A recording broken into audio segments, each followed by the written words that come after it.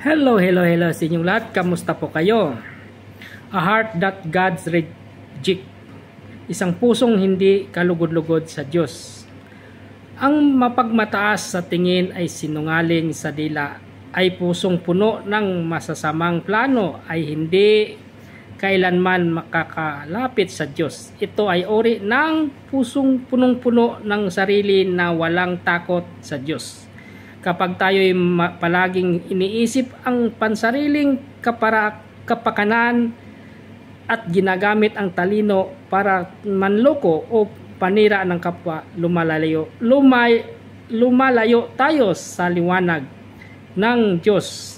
Ang panawagan niya ay magkaroon tayo ng mapagpakumbabang at tapat na puso.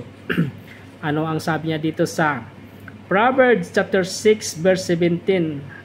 A haughty eyes is lying tongue, a heart that devises wicked skin.